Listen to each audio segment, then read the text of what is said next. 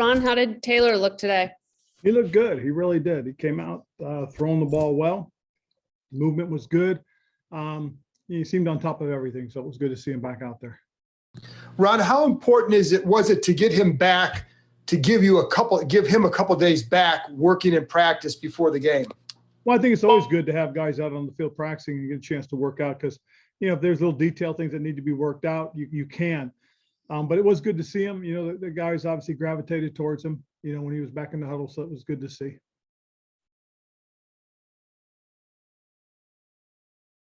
Ron, other than Terry and Antonio, how do you feel like your skill position players are developing this year?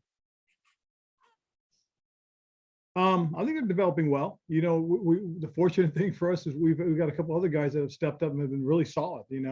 Terry's had a very good year. He's a guy that you want to get the ball to and get in his hands, and probably need to do that a little bit more.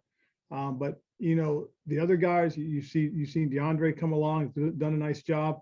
We've seen Hump, who's really been just a solid, steady guy out there. Has been a good example for our young guys, especially guys like Dax. You like to see Diami make a few more plays, get a few more opportunities. I mean, coming off the injury, he really kind of worked himself slowly back in, and we got to try and get him out there a little bit more, really to just see him play because of that speed and that length he has. He's a guy that we got to take a little bit more advantage of.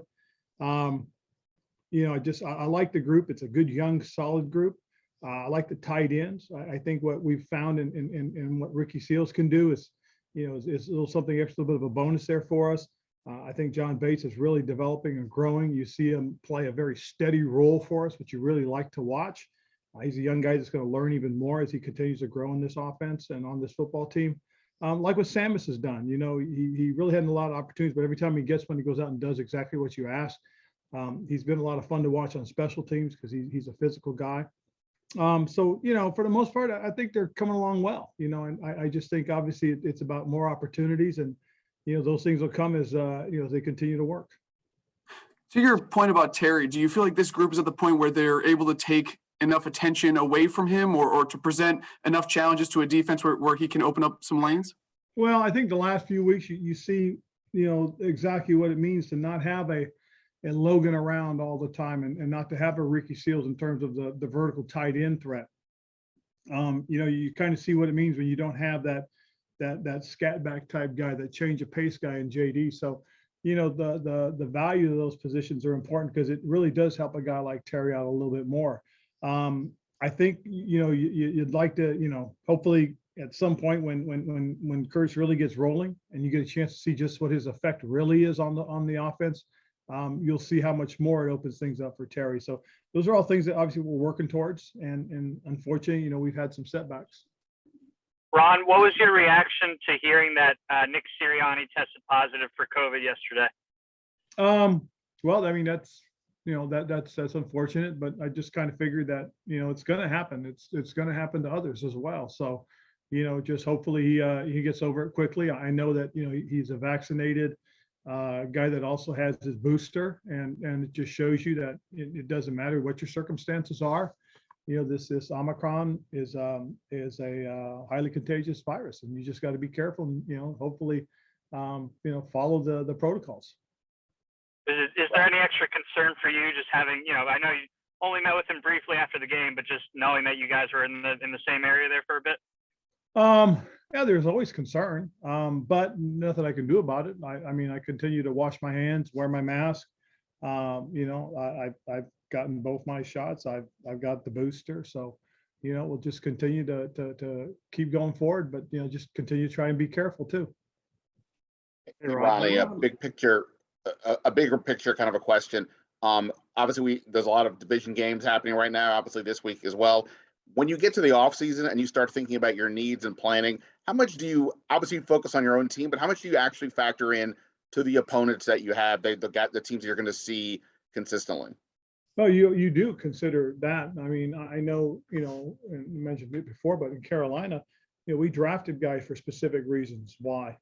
We had a corner that we drafted because in our division we had some outstanding receivers, and you've got to be able to handle those guys. And so we went out and drafted one, and he did a great job for us. So yeah, you're always looking at those.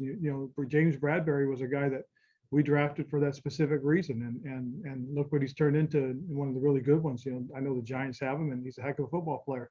And that's what you got to do, is you got to look at what your opponents are going to bring to the table, and you got to look at the best way to counter those things. And obviously it's through the draft. One of the things that John Madden always told me, he said the reason we drafted certain guys was we had to stop certain opponents. And so it's always something that I've always kind of remembered when we go into the draft is, how can we get after our opponents?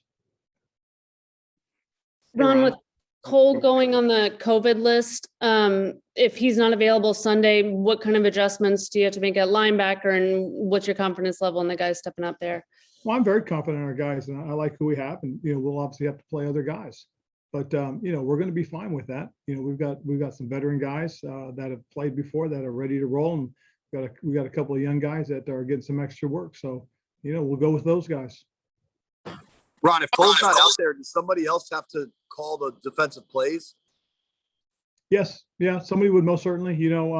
Again, we like the guys that have been practicing. They had a good day today. In fact, with the number of coaches that were down, I had to assume some of the quality control duties, and I was actually running the scout team for the defense. So, and so I got an opportunity to get up close and even personal and listen to those guys and watch them work. And like I said, I was really pleased with seeing that. Would Jamin step into that role? Well, he'd be one of the guys that's got an opportunity to fill that role. And, again, a lot of things that we do is the way Jack handles it on defense. It is about personnel and matching it up and putting the guys out there and trying to put them in the best position. So Jamin most certainly be one of those guys. David Mayo is another guy that will. Scooter Harris will get an opportunity to play a little bit, as well as Jordan Kanasic. I mean, we got 4 guys that, we feel pretty good about right now, that are healthy and ready to roll. And, obviously with how we're using the sub packages too, we've got some other guys that'll play other roles as well. Hey, Ron, with Taylor, he hasn't had a lot of opportunities to face the same team twice. Just kind of wondering, what do you think that's going to be like for him, and what are you looking for out of him to see how he kind of adapts the second go around? That's exactly it. I mean, we're going to see how he handles it. I mean, he kind of has, to a degree, he'll have an idea of what to anticipate, what to expect. And I think that, the experience for us as a whole, as a team, going up against them this year. I mean, this most certainly is a revamped team compared to last year. Obviously, one of the big presences is Dak. Having him back on the football field obviously bodes well for them. And, Micah Parsons is another guy that we saw for the first time too. So I think that bodes well for us as a football team, just knowing what to expect and kind of understanding a little bit more of what they're capable of. And how important is that for your evaluation of a quarterback to be able to learn from things and adjust the second time around? Well, that's pretty much it, is how does he handle it and how does he address it? And it's not just an indictment on him, but it's on us as well. I mean, how are we going to handle it? How are we going to adjust to them? That's what's important as well. I mean, we got to make sure we're giving them opportunities and putting them in position to have the success. I mean, it's not just about what they have to do, but it's about what we have to do as a coaching staff and as a football. Ron, when you last game, there were a couple plays where if you hit them, it could be a big play for you guys, but you didn't hit them. So how do you go back and evaluate those kind of plays? I mean, the screen, the tip by Gregory is one of them. How do you go back and evaluate when you're looking at that entire play?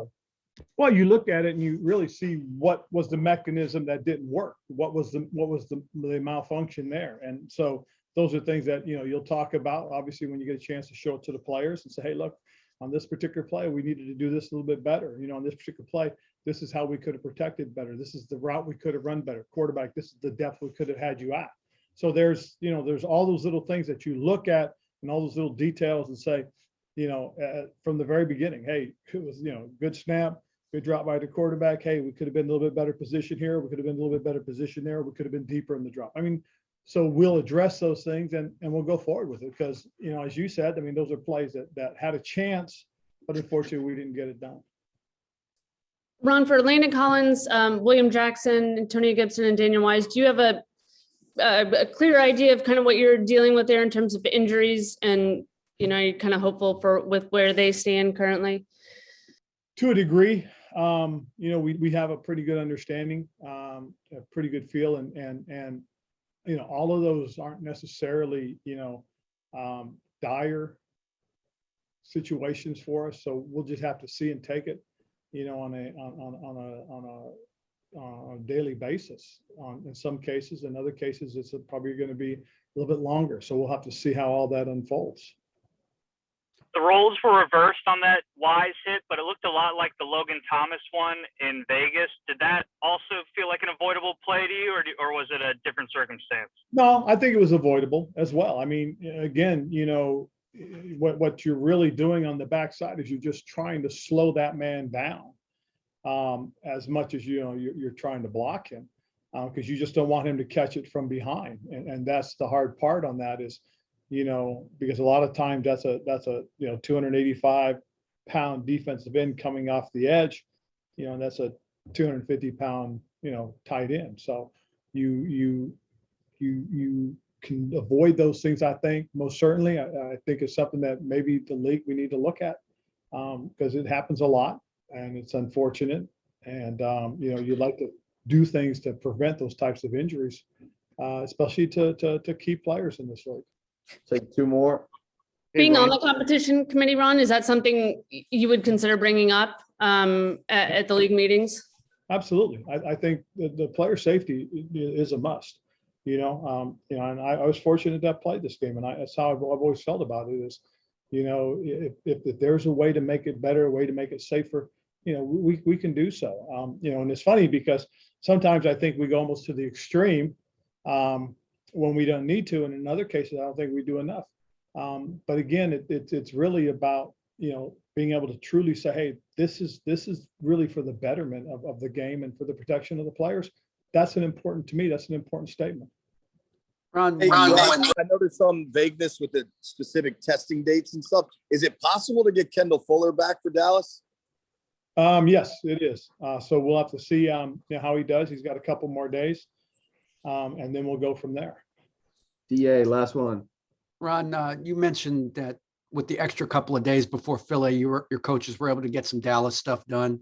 I just wonder how you broke that down and what did you want from them as they kind of did the quality control stuff?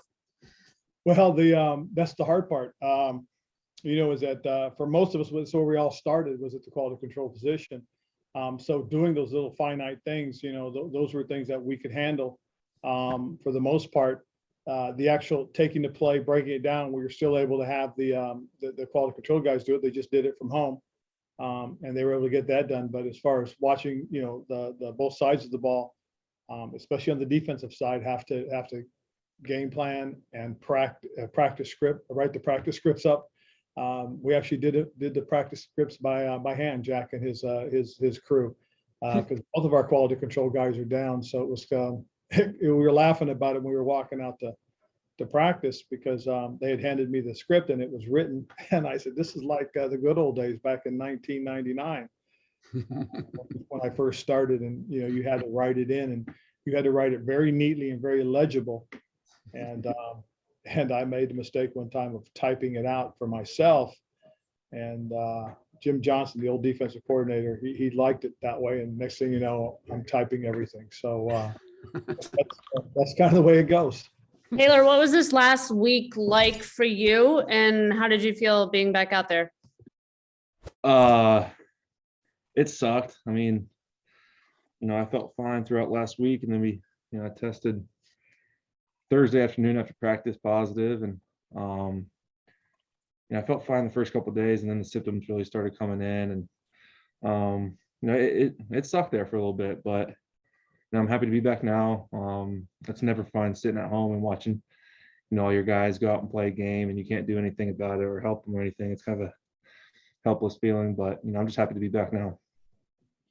At what point did you feel like you're like yourself, like just not experiencing the symptoms again? Really yesterday morning. And I felt pretty good when I woke up and I just, you know, I got a couple of negative tests yesterday. So now, you know, I'm here back today, but yeah, there's about 4 or 5 days there where I didn't feel too hot.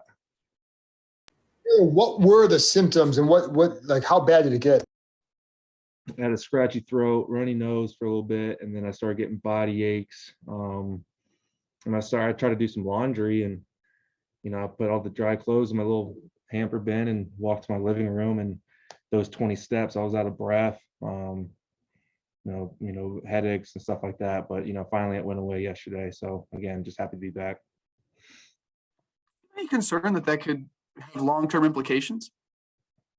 Maybe. Again, we're all still kind of in the dark with all of this stuff and still trying to figure it all out. But, today at practice, I pushed it a little bit. I wanted to see where my body was at, what I was feeling, and felt pretty good for the most part. And, I'm happy that we have another day tomorrow to, see again where my body's at. But feeling pretty comfortable going into Sunday. How beneficial do you think that is for you to return now so you do get those couple days of practice in? Yeah, it's huge. Again, I went out there today and felt good throwing the ball and stuff. I could feel myself kind of getting winded a little bit. So to get back at this time, I think it's good. It's not just kind of jump into a Sunday night football game. Kind of just been sitting at home for a week. How did you watch the game on Tuesday? And when you're watching, I mean, like what was that like, I guess? Yeah, watched it Tuesday, and again, it's tough. You've battled with these guys throughout the whole year, and you want to be with them, and it's a huge, crucial game, and you just felt helpless, and you don't like feeling like that. And I know a lot of guys felt the same way, that weren't playing. But it was out of my control, and I just try to get better as quickly as possible. But watching the game, I thought Garrett came in and did a good job. I watched the film on it, and again, he was put in a really tough spot. Got 2 or 3 days to prepare, and I haven't thrown to these guys ever. So I thought he went out there and did a pretty good job for the circumstances. Taylor, obviously you don't want to be out, but the timing came right as you were dealing with that knee and elbow issue from the previous game. I guess just how do you feel in those regards at this point? Yeah, elbow and knee feel great now. The bruising in the elbow's almost gone. So those 2 things I'm not even thinking about anymore. Just trying to get back in shape. Anybody else? Taylor, what did you feel like Dallas did well against you the first time that you kind of want to correct this time around? They just they created some pressure up front. They did a great job of covering our guys in man coverage. They did a good job of kind of mixing things up. So, and again, a combination of those things that they did, along with the mistakes that we made, you just can't win games like that. So we just got to clean a bunch of stuff up on our end and play a good game, and we should have a shot. Hey, Taylor, it's everybody says, got to get Terry the ball more. How hard is it to sometimes do, and what are teams doing maybe a little bit differently now? And how much of that is maybe Logan and JD being out? Yeah, I'm sure that has something to do with it. Again, you want to get Terry the ball as much as possible, but at the same time, you don't want to force it to him. I've kind of said this throughout the year that obviously you want to get the ball in your best player's hands, but there's times where the defense kind of gives you a look where he's doubled and you just can't go to him. You have to spread the ball around. So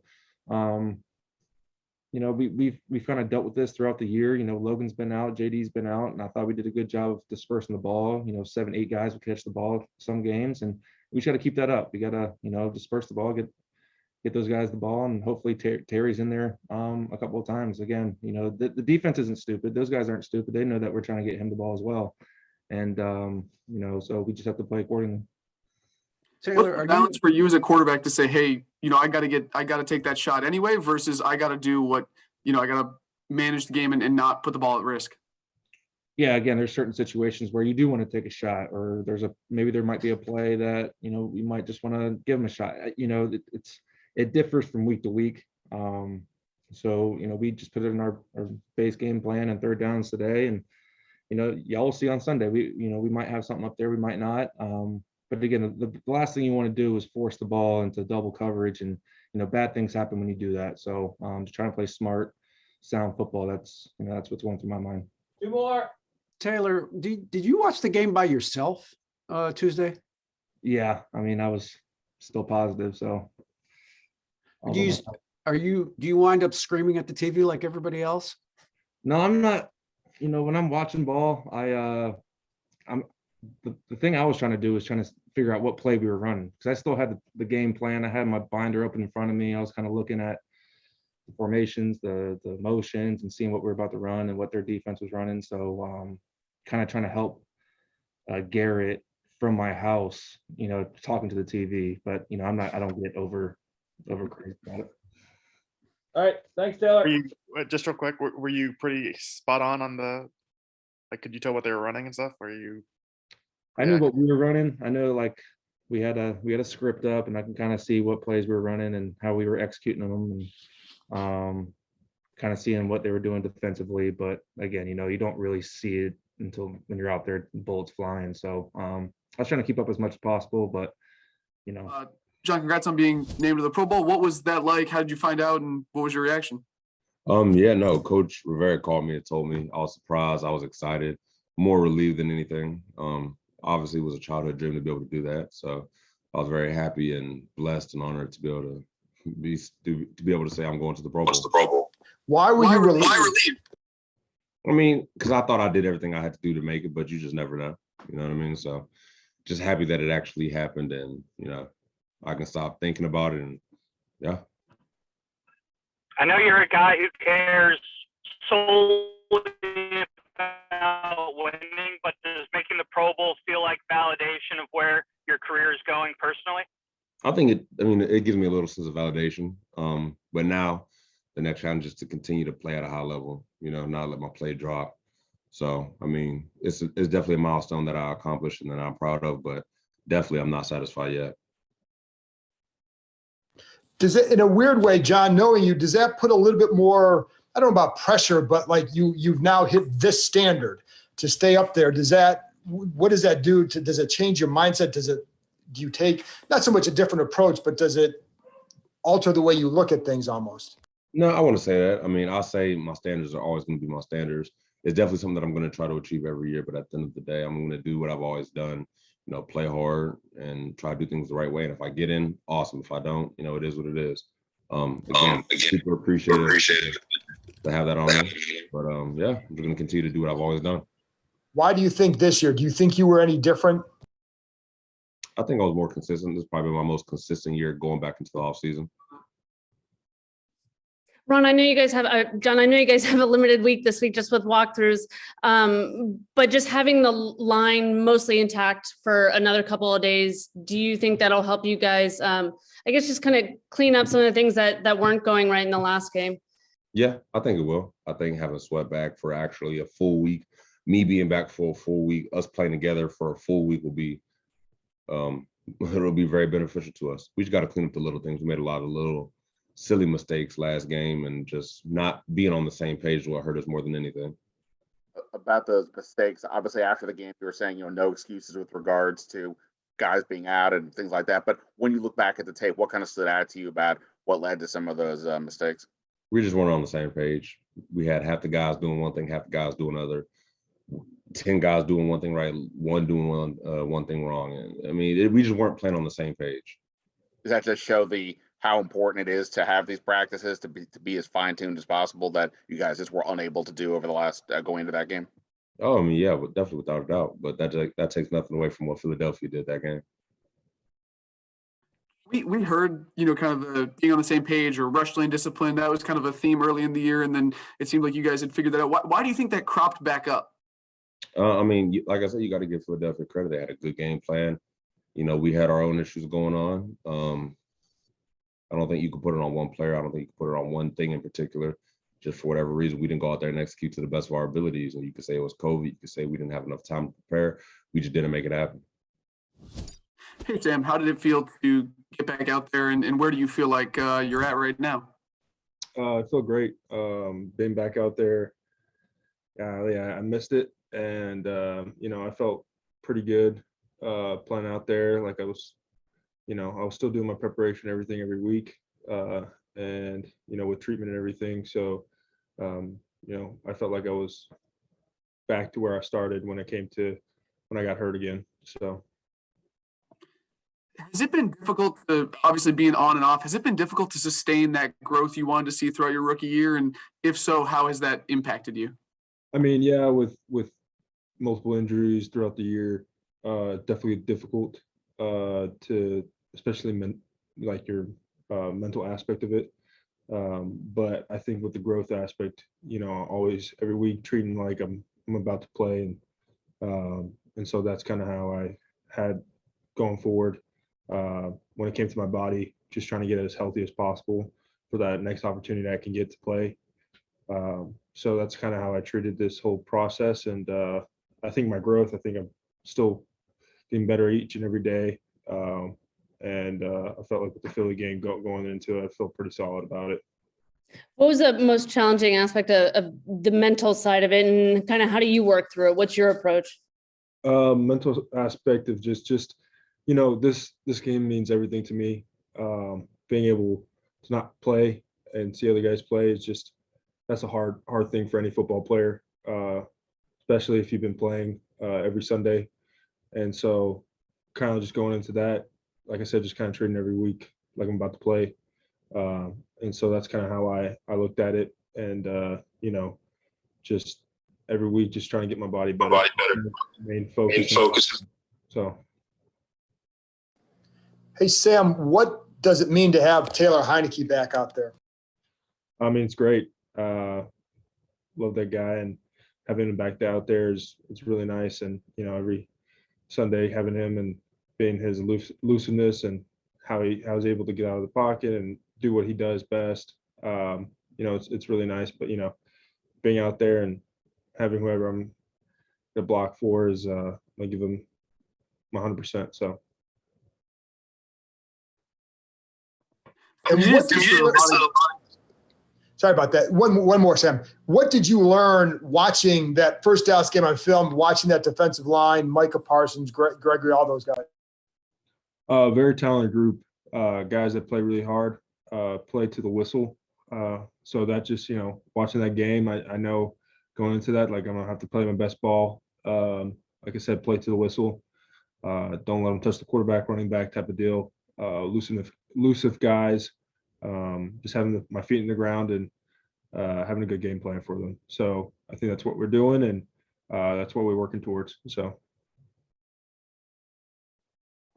Back to that mental aspect, you mentioned, not being able to play. You didn't miss a ton of games in college. Was this a new challenge, or what was that process like, I guess, figuring out how to deal with that?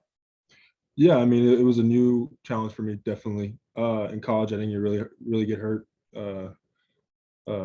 So going through here and getting hurt twice was definitely something that I've never been through. So I had to learn, and I learned from other guys. Like, my first injury, Brandon was injured at the same time. So I was learning from him how to, take care of my body and what are the proper ways to go in at this and attacking it. So I learned from that, and that's how I kind of attacked my second injury as well. So, yeah. Sam, you've been hurt, but as you mentioned, several other guys, and yet the line, for the most part, been able to hold up. What do you think is the key for John that John Matska was able to do to help you guys stay at a pretty good level despite all the changes?